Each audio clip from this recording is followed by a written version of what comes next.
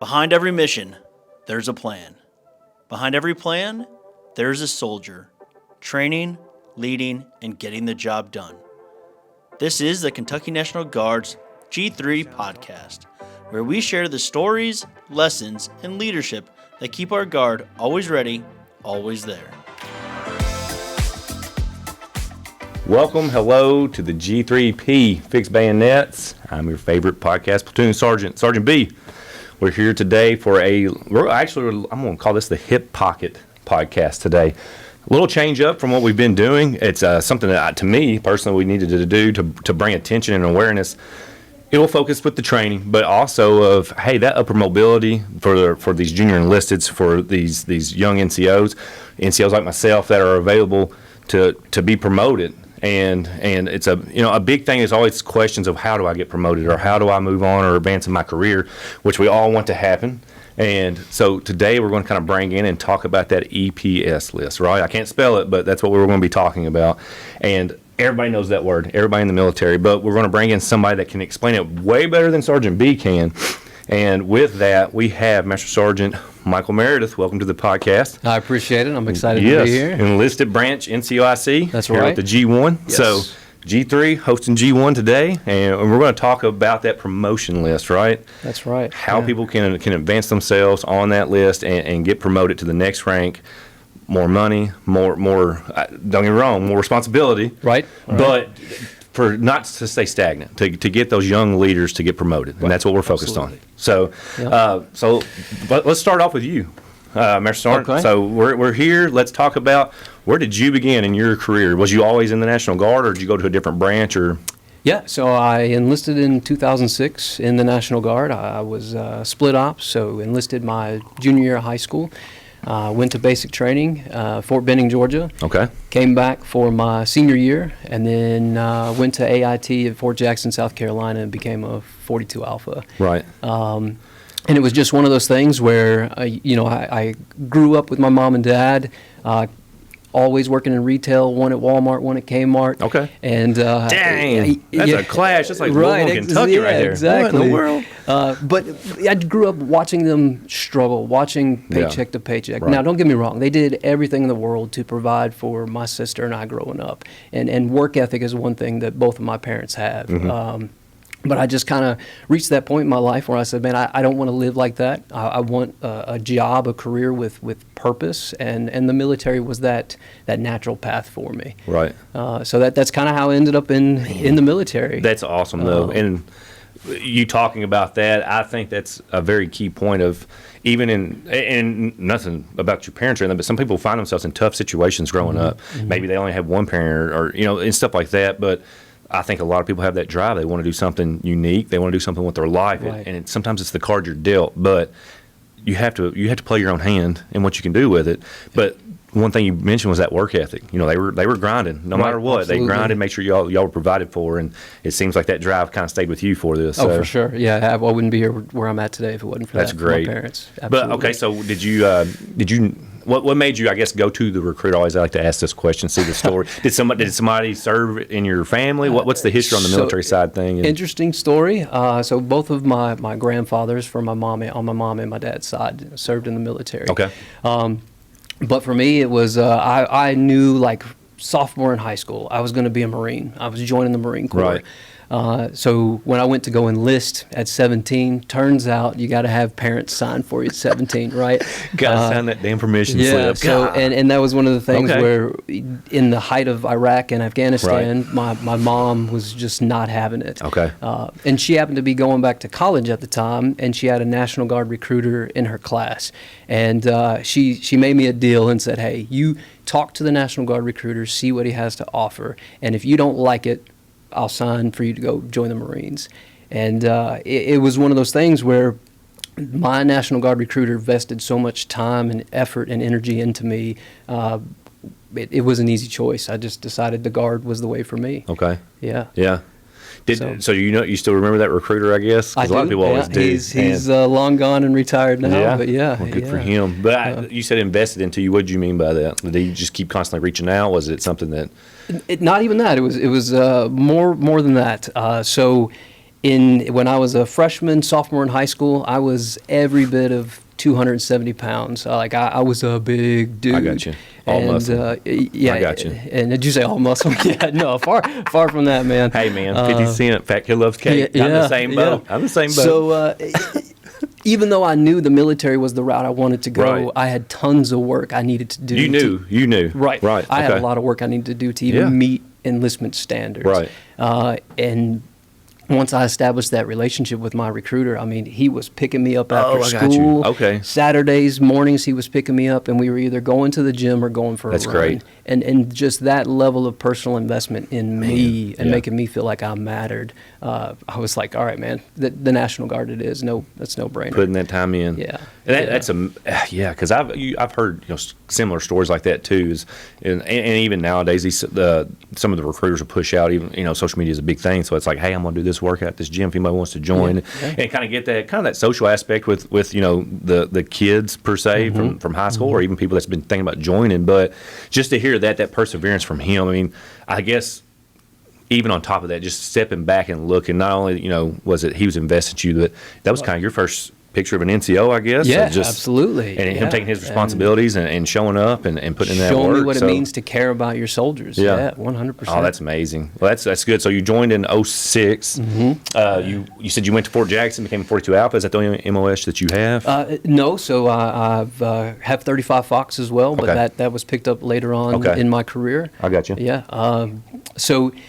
Well, let's work that out then. So what made you go from 42 to 35? Did you start working like full-time, or was it, when did you land AGR, I guess, or full-time orders, ADOS? Yeah, so I think about 2008 timeframe, I got on ADOS orders for recruiting. So I worked in recruiting at the Louisville MEPS in the National Guard office.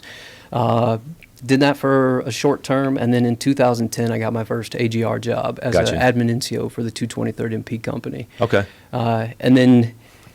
went to the 198th MP Battalion S1 for a short time before boarding and getting the position as the Assistant Operations and Training NCO for the 41st CST. Okay. Oh, okay. Oh, got you. Yeah, so you kind of bouncing around getting different aspects of everything. So I was kind of taught early on that broadening assignments and exposure just to learn and develop for myself would pay dividends for my career. Very good. And it clearly has. It shows, don't it? Yeah.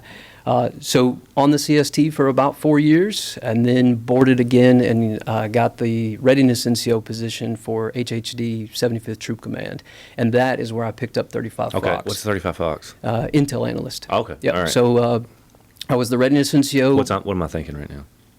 That's not the same thing. Okay. I don't know. I'm messing with you. No, go for it. So... became a 35 Fox, and then realized, as an AGR E6, E7, not much upward mobility for a 35 Fox. Right. And that's when I lateraled back to the 75th S1 shop to get kind of back on my career progression MOS as a 42. And then became an E8 as the S1 NCOIC for the 63rd Tab, and then lateraled to my current position as the Enlisted Branch NCOIC. That's awesome.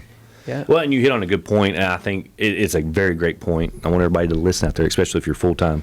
But it also be for the traditional soldier is sometimes you have to step out of that comfort zone.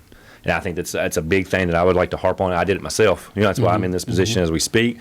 My career was never going to be a podcaster, right? I mean, it still ain't. If my job's decided on this, I ain't making it very far. But, I was an FA for 15 years. It was like, and there's nothing wrong with it. I love those guys, and I still do. I still talk to them, all that stuff. But sometimes you have to step out to kind of learn other aspects of something above the unit level or battalion level, or and you get that really good mindset and those toolboxes that you can use later on. And it has showed where you've kind of bounced around and you network, other MACONs and what everybody's doing. You end up meeting more people, which helps you in the long run for any type of mission you might be planning, or just on our terms for the day-to-day job.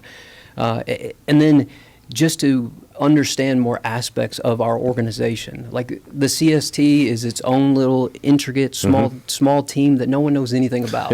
And because I spent 4 years on that team, I can tell you everything about that team, right? So it's just more aspects of the organization, more broadening assignments so that you have more bandwidth as an NCO as you promote in the ranks to be able to better perform in our organization. Absolutely. Yeah. Well, and well, before we go any further with the stories or whatever, we'll take a quick break. What we'll do when we come back, we'll talk a little bit of your training aspect over the years and what you have done, and stateside missions or even overseas missions that you've been on, things you've seen changed over the years. But we're going to kind of move into that EPS because, like I said, we want to start talking about it's a big deal, and I know people are listening to that part because they want to know what they want to say about me. They want to know about what EPS. Master Meredith tells me to do is what I'm doing today. All right. So when we come back, we'll talk about that.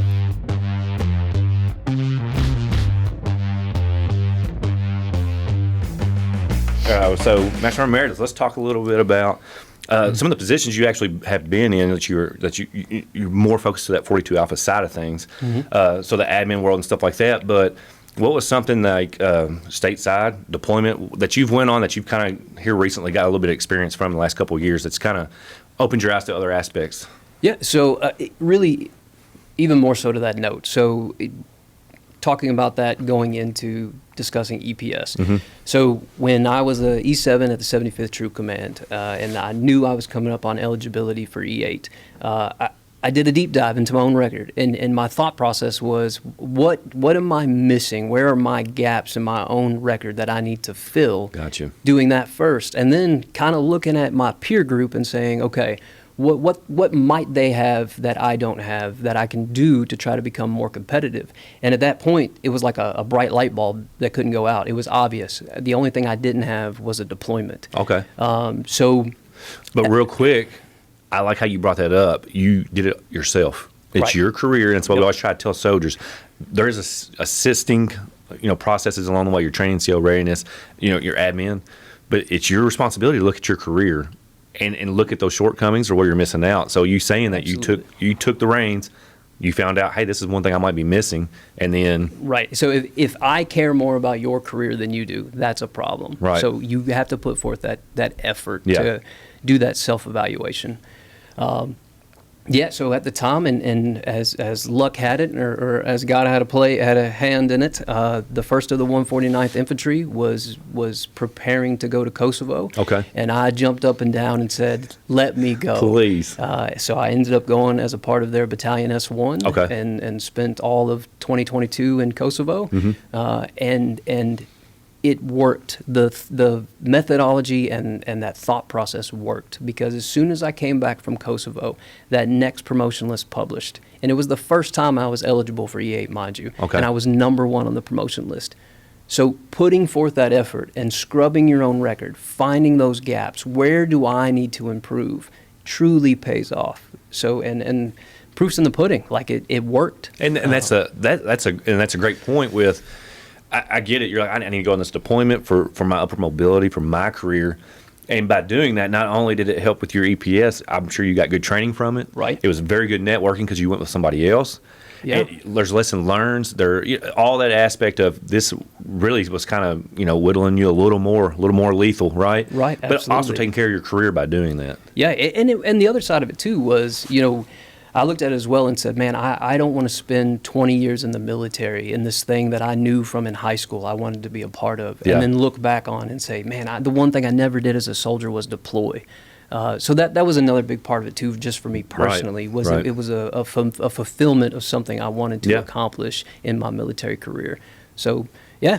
Very good, very good, and that's amazing that the first year you're eligible, bam, but you saw the results. So that's a good thing that you saw that.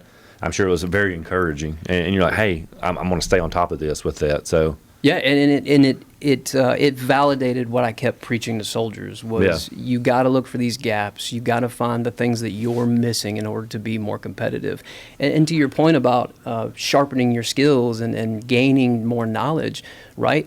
As you look through your record and you find the things that you need to build upon, and we'll talk more about that in detail when we start talking EPS. Okay. Like, you're gaining more tools in your toolbox, not just for yourself, but for the organization, for your unit. When you go attend a training event or you gain a certification, that pads your record, so to speak. Yeah. But you have a certification that then can be applied for utilization within your organization, within your unit, right? Yeah. So right. Yeah. That's great. Well, without further ado, let's just jump into it then. Okay. Let's just see where. Yeah, hey, I'm Sergeant B, let's figure this out here. I want to know how I can better myself. Or Specialist B. Hell, I might be by the end of this year, but we never know. But anyway, what can I do better? Where do you start when this happens? Because this is I'll tell you from the aspect of the unit level. I was rated as NCO, I was a trained NCO, but I remember, being in those formations as a young pup as well. So it was like you heard the word EPS. And you're making elections. And the first couple of times, it's like, I don't know what I'm doing, right? I was going in. At the time, it was probably a lot of paperwork, not necessarily systems we were using. But you're going through this, going through all the stuff. And then each year, you're like, hey, why'd that guy get promoted over me? Or what right. You know what I mean? So you start noticing, and then you pay attention a little bit. And then you start doing a little bit here, a little bit there. But to be well-rounded, let's talk about what are we needing to look at? What are some of the questions that you can answer for us? Let's start this off by saying, look, between Chief DePalma, who's the enlisted branch chief, and myself as the NCOIC, along with everyone else within the G1, like our passion for personnel and taking care of soldiers within our organization, there's not a team quite like it. And we always say, like, kind of the philosophy I always say, like, training and equipment doesn't innovate, it doesn't build cohesive teams, it doesn't exercise judgment. People do that. Soldiers do that. So our main goal is to get the right soldier in the right leadership position to build trust and gain influence over soldiers to lead them, right? And we do that on the enlisted side through EPS, through the Enlisted Promotion System. So I guess to start, the first thing to lead off with so that soldiers understand, Kentucky is a vacancy-based promotion state. So what that means is if there's not a vacant NCO position within your unit, nobody gets promoted, right? So the active component, Big Army, directs to us how many positions by rank each unit has. Right. And the reason why that matters, and I want soldiers to understand that, is I've had soldiers come to me over the years and say, Sergeant Meredith, I don't understand. I've been an E6 for 7 years. Why am I not getting promoted? And I have to break their heart and explain to them, like, unfortunately, seniority is not how we define leadership within our organization. That's a big one, because I don't know how many times I've seen that happen, where this Joe over here got promoted. This Joe's like, hey, I've been in 13 years. Right. He's been in 9. I don't get it. I was like, okay, well, let's stop there, because it's not how this works. You know what I mean? I can go ahead and tell you that one. Exactly. And I understand your frustration, but there was a gap somewhere in the reason why. So, but yes. Yeah. So it's not about your longevity. We can't just snap our fingers and say, oh, now you're an E7 within your unit. So first step, there has to be a vacancy, and then we fill the vacancy off the enlisted promotion list, the EPL. So I guess naturally the next progression would be, okay, so how do I get on the EPL? And not only that, how do I get to the top of the EPL? How do I become number 1 in my MOS on that list, right? So we'll kind of walk through these steps and the progression through EPS. And I'm going to refer to some notes because I could be long-winded. I could be long-winded when it comes to EPS because I'm passionate about it. So just to kind of keep us keep us from going over time, I'll stick to a few notes. Okay. So it all starts with EPS elections, right? And with EPS elections, which are done within IPSA, you're telling us in the G1 where you're willing to get promoted, right? And this is super important because we have so many soldiers that for whatever reason, they'll select UIC only. Well, we just talked about the vacancy aspect. You can be number 1 on the promotion list within your UIC, but if a vacancy never happens in your unit, you will never get promoted.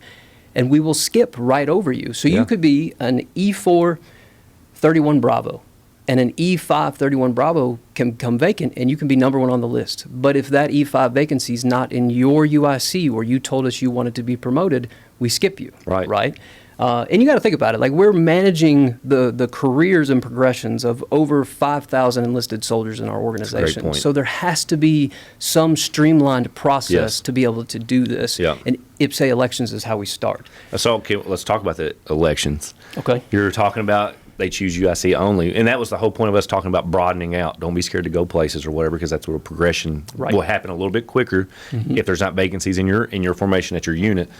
You're talking about going to IPSA. All right, so tell me about it. What are we doing here? It's going to have all these check down box, right? And we're going to go through there, and it's going to give you this location map of Kentucky. Crank, can we put that up? I'm going to do this again. This is on the fly. Put the map here. EPS map. Boom, here it is. We see it. Here's Kentucky.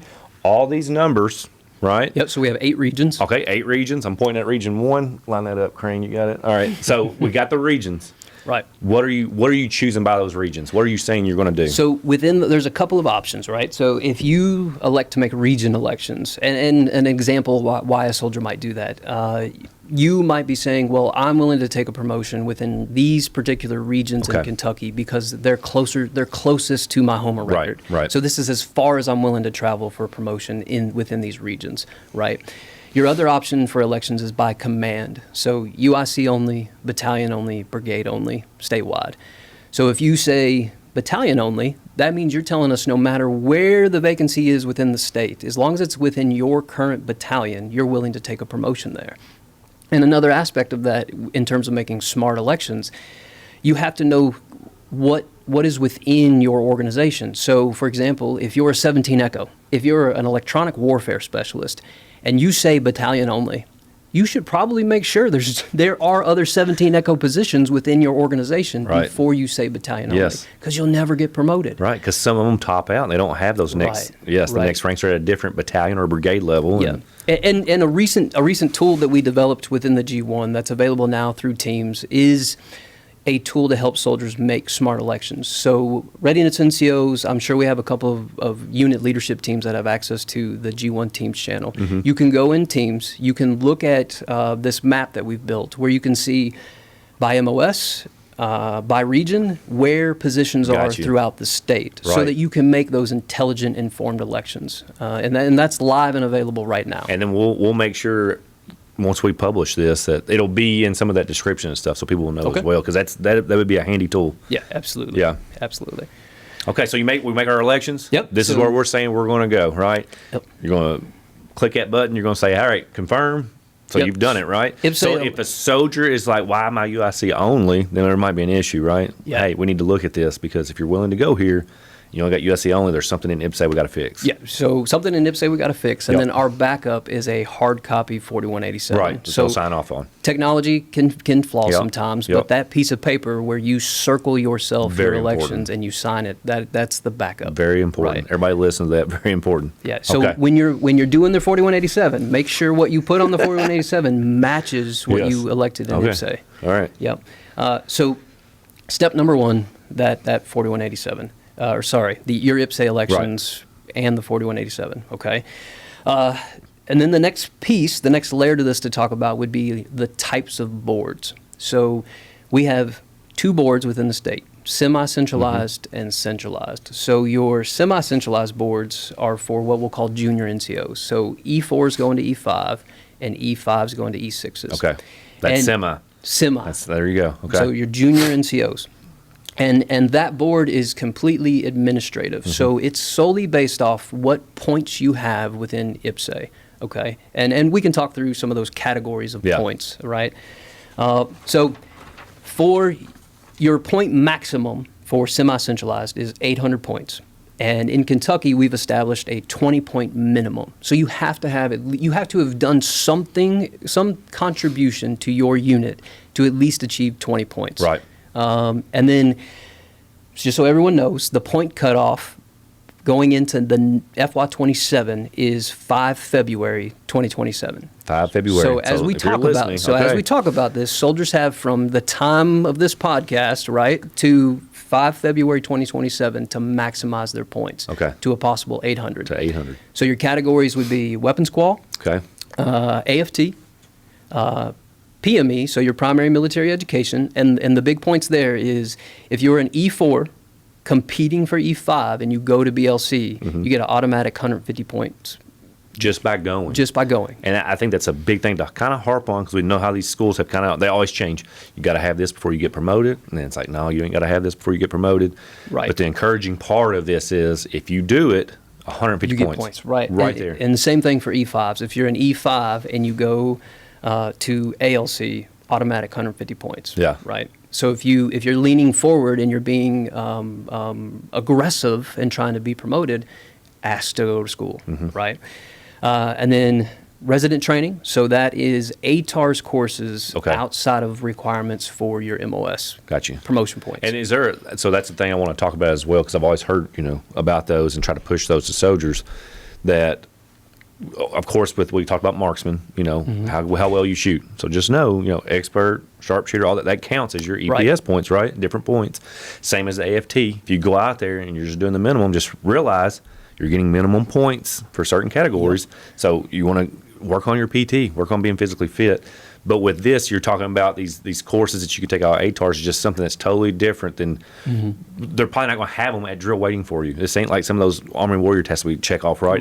It's actual online courses that you can take over different subjects, many different subjects. Right. So with the resident courses, those are the courses that are like the unique courses that maybe your readiness NCO would say, hey, I need a volunteer to go attend this course. Right. And then the next category would be your computer-based training. So those online courses that you could access through JKO, Army e-learning, and I think ATAR self-development, right? So all of those things are worth promotion points, okay? Let's see. Then you got civilian education, which is a big one. There are absolutely some soldiers that just say, I absolutely don't want to go to college. It's not for me. And I understand that. Yeah. But at the same time, you got to realize those soldiers that choose to embrace that suck of going back to school, they're going to get additional promotion just points for that, right? Yeah. And with that, you can get free education. Right. And we pay for it. Use that. The Guard will pay for your education. Go back to Coolidge, be the cool guy or gal, you know what I mean? Go out there and try to better yourself. Find something. Even if you, like you said, if it's just the general ed part of it, you'll still get points for getting that associate's degree or whatever. There's points based that go off it. So it's like, utilize the free tuition, but also it's for promotion. I mean, it could be, it could make you stand out over some people. Absolutely. Because some people have that level playing field, and I've heard them talk about it. Well, guess what? I had a degree, and that's what pushed me over the edge. And it's like, dang, man, that's crazy, right? So better yourself. Don't be like me. Go back and get a degree. Come on now. All right. And then the last category for semi-centralized would be federal and state awards. And so there's two sides to that, right? Okay. One side would be, that means you got to show up to drill and apply yourself, right? That means you got to come to AT and not just show up. You got to apply yourself. You got to do things worthy above your job, of an award, right? Yes. So don't sit in the corner on the drill hall, scrolling Facebook or looking on TikTok. Like, get up and apply yourself. Right. So that's one side of it. The other side is, and this is kind of a senior enlisted advisement moment to commanders, right? If they'll listen, there are some commanders out there that are like white knuckle fisted when it comes to awards, and they say, "Nope, not in my formation. Like, you got to earn it." Like, and the standards just for a simple award. And I don't want to undermine awards. Like, they need to have some value. They need to have merit to them. Yes. But if you are gripped tight with your standards for approving awards, you got to understand, if you have adjacent companies or adjacent battalions or brigades and they have a different award philosophy, you're only hurting your own formation. In that category, you are just hurting your own formation. You're only holding back your own soldiers. Right. So there's got to be some wisdom in making decisions with how commanders approve awards. And I like how you brought both sides of that. Because I think we've all seen it as senior leaders that there's times that it's like, well, I don't know, but it's like, man, this guy's going above and beyond, or girl, they're killing it. They show up, they're doing their thing, and it's like, hey, we need to recognize them, right? And like you said, there's other formations doing it, so they're kind of getting that edge over your own soldiers who are very much so outperforming their duties. Right, and just an interesting note that came to mind when it comes to awards, and again, this goes back to command teams. So Chief De Palma and I did some digging this past board cycle, and we found, and it was just a weird statistic that we came across. So if you are a commander and you have a parent unit and a detachment, every detachment across our state statistically got less awards than the parent unit. So that's just something interesting, something to think about, and make sure that your soldiers assigned to a det are getting the same love as the parent unit. So we just found that as a really interesting thing, and I think that's important to make sure commanders are aware of that. It might be a reminder that, hey, you might want to visit a little more or partake in that. Yeah, because I do understand. They got a lot on their plate. Yeah. Everybody's trying to get their training done. There's a lot of stuff that goes on during drill weekends and those short times of annual trainings and stuff. So, but yeah, share the love. I get that 100%. So that covers all the categories within promotion points for semi-centralized. So for soldiers to be able to see their points. So we talked about the categories. Yeah. Okay, so how do I see it? How do I Right. know my Where point? do I go? Where am I at? Yeah. So within IPSA, in the Okay. same place that you're going to make those region elections, you look at what's called your promotion point worksheet, Okay. or your PPW. And that PPW, which will show a soldier who's eligible for promotion, where their current points are. Got you. So again, you got from the time you're listening or watching this podcast till the 5th of February 2027 Okay. to raise those points based off of what you see on your PPW. Got you. Yep. All right, let's do this. When we come back, let's take a quick break. I mean, we're throwing out a lot of information. Very good. I mean, Okay. if you're a young junior enlisted or that young NCO, you should already be taking these notes. Because I am, because it's kind of refreshing me as the old readiness stage trying to brief this Sure. stuff. But yeah, you've hit on some good points already. Let's take a quick break. We come back. We'll probably hit on the centralized side Yep, of it, we will. and we'll go a little further with it. And we'll talk about even some of the little things that you have noticed that helps as well. Even these little side things that people may not think about. Okay. So yeah, good. we'll come back after the break.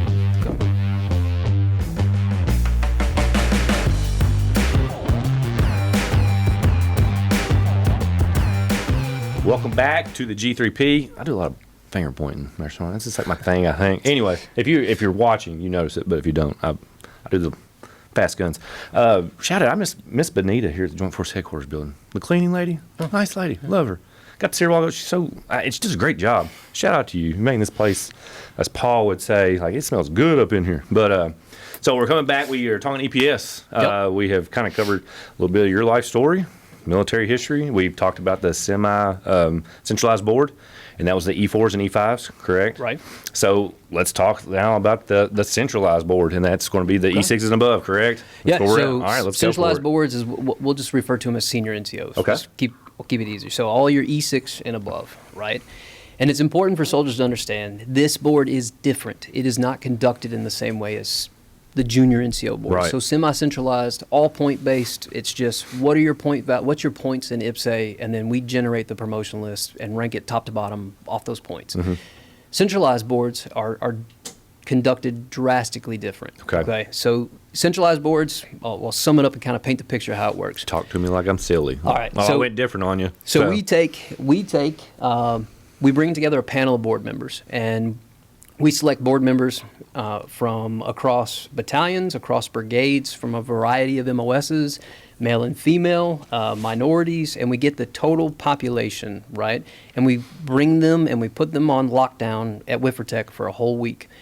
We even go as far as, so when Chief DePalma and I took over Enlisted Branch, we said we are going to get transparency in this process. Perfect. Because you and I have been around long enough, and for the longest time, at least for me, coming up, the mentality when it came to EPS was good old boy system. There's nepotism and nefarious things You always hear happening, it, right? Yep. And when we got into Enlisted Branch, we said no more. We are going to be as transparent as the regulation allows us to be. Okay. So we went as far as even saying if funding is available, we're going to get out-of-state board members. So as long as funds are there, like this past year there was, we brought in some out-of-state board members. So people who had no ties, no connection to Kentucky soldiers, command sergeant majors, sergeant majors, brought them into Kentucky to be a part of our Part of that boards, board. just to have that impartial Yeah. look at our soldiers. Makes sense.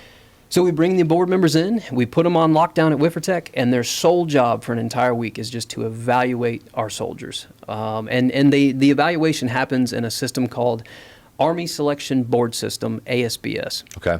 So the important part behind ASBS is we've only used it for 2 years. It was a system used for active duty officer promotion boards, and Chief DePalma and I had a chance to go shadow at HRC, see how the system works, and we implemented it in Kentucky. And we were the first National Really? Guard. We were the first state to utilize ASBS for Very enlisted cool. promotion boards. Gotcha. And is this available for just the soldiers even being Yes, boarded, or is so it okay? that- so that's the every point. soldier That's can the get on point there. we'll hit on. Okay. So within ASBS, and why it's such a great tool for us to use for our boards is there's a function called My Board File. And right now, soldiers can go into their My Board File and they can see exactly what the board members are going to see from their board file. That's what they're viewing. Right. So that is a process we've never had before. Right. At least for us coming up in the ranks. So with ASBS, My Board File, you can go in and you can see your packet right? Exactly as it is as the board members see it. So we bring those board members in and we put them on lockdown, and they establish criteria, right? They establish the point basis for how they're going to score soldiers before they even look at the first packet. Yeah. And this is where there's kind of a point of contention, right? Because soldiers every year when the list publishes and they know there's a point scale of 1 to 6, they want to know, well, how do I get a 6? What was the criteria? What's the criteria? Publish the criteria. We want to see it, right? Yeah. And here's the thing. We don't publish the criteria. And one, the regulation doesn't allow us to. Okay. But two, I would tell soldiers, you don't need the criteria, right? And I'll get to that point. Okay. But so what happens is the state leadership, through the state command sergeant major, through Sergeant Major Withers, he delivers what's called his charge. So he gives a written document to all the board members and says, this is my charge. These are the things that our organization at this point in time, based off of our mission and what we see happening in the near and far future, these are the things we want you to prioritize because we think these are the things that are going to be best suited to determine our future leaders based off of where our organization currently is. And that's part of the reason for not publishing that criteria every year because it's dynamic, it shifts, it changes based off the needs of the organization. So if we publish it and it's a stagnant document every year and something about the world landscape, right, changes to where we drastically need to shift how we're evaluating how we pick our future leaders, we'll be stuck and we'll be hamstrung to something that's outdated and old that probably won't get us what we need moving into the future. So that's the main reason for not publishing that criteria is we got to have that dynamic flexibility built into it. And it's a good point. Like I want to touch on that because I've been in those ranks too, where it's like, what the hell was we graded on, right? You know, where did I fall short? I want to know. It does make sense. And if you don't do it, it keeps a soldier, a senior leader, on their toes. They should be well-rounded in everything. And we'll talk about that. We'll talk about. I see what you're saying. We'll talk about what the solution is, even if you don't know exactly pinpointing what makes a 6, right? And that's where ASBS and my board file comes in. So you have that tool available to you. And much like I told you with my story and my deployment to Kosovo, realizing to be competitive as an E7 in the military, I need to have a deployment. Like that's my competitive edge at that time. So ASBS, you can apply that same concept. So right now, you competing for E8, if you were to go into ASBS, the categories you're going to see, and then the categories that are within the State Command Sergeant Major's charge to the board members are all within ASBS. So it's military education, height, weight, AFT, weapons qual, civilian education, awards, skills and qualifications, and then the biggest difference, the last few categories are the biggest difference for centralized boards compared to semi-centralized, is your rater performance and your senior rater potential. NCOERs. NCOERs. Okay. So this is another point where I'll stress to raters and senior raters out there, if you are not completing evaluations for your soldiers, you are killing them. Like, I don't care if you think they are the best soldier within your organization. Don't do their NCOER. I promise you, they're not going to be number 1 on the list. They just won't, because that is the one authorized document that you're allowed to talk about a performance and potential from outside of the soldier themselves. That's it. That's all we have to work off of. So you've got to have NCOERs completed. They just have to be. The other additional categories would be assignments. So like I said, deployments, broadening assignments, leadership assignments, and then the last one would be Army values. So we gauge Army values based off of, is there anything within your NCOERs that goes against SHARP or EO, right? Is there anything on a 1059 that violates an Army program or that conflicts with the Army values? And then 1059s would be that last category. So with 1059s for centralized boards, it's not enough to just go to school. Show up, like perform. Perform there. So board members can see if you were Commandant's list, okay. honor grad, distinguished honor right. grad. Yep. So perform, and I promise you, it will pay huge dividend when it comes to promotion boards.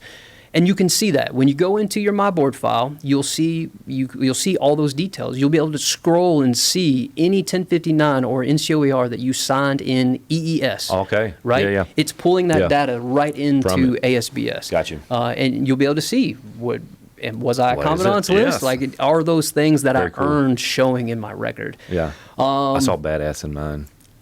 So it's coming. You know what I mean? Yeah. And then the last piece would be if you have something missing. So if you review your My Board file, let's say for myself, for example, if I look at my board file and I know I have 2 MOSs, I have 42 Alpha and 35 Fox. Right. But I look at my board file and I only see 42 Alpha, something's missing. Mm-hmm. Then you have the option to submit what's called a letter to the president of the board. So that letter is your way to officially communicate to the board about any discrepancy within your board file. Right. So anything missing, anything that, let's say you were missing an NCOER. If you had an eval missing and you needed to provide explanation for why, you do it through that letter to the president. So if it just so happened that your eval was submitted to examiner, so it's just waiting for HRC to go review it and submit it to IPERMS, you can put that in the memo and at least explain to the board members the discrepancies or the insufficiencies within your record. Right. So that tool is there available. And it's very important. So if you're in there reviewing, it's the time to catch it. Yeah. And if you know it's going to be outside that time period of when the list will publish, or you can do that memo. Yeah, right? You can do the memo and talk to them. If you're a senior NCO with a discrepancy, especially something big like missing an NCOER, That's huge. and you don't address it in a memo, you're telling the board members you don't care. Right. And you're telling the board members, like, and think about it through the mindset of a board member. If you're an E7 and you're missing an eval and you're telling me you want to compete to be an E8, but you don't even address why NCOERs are missing from your record, I'm not going to take you seriously when I'm trying to promote you to E8, right? Yeah, I get it.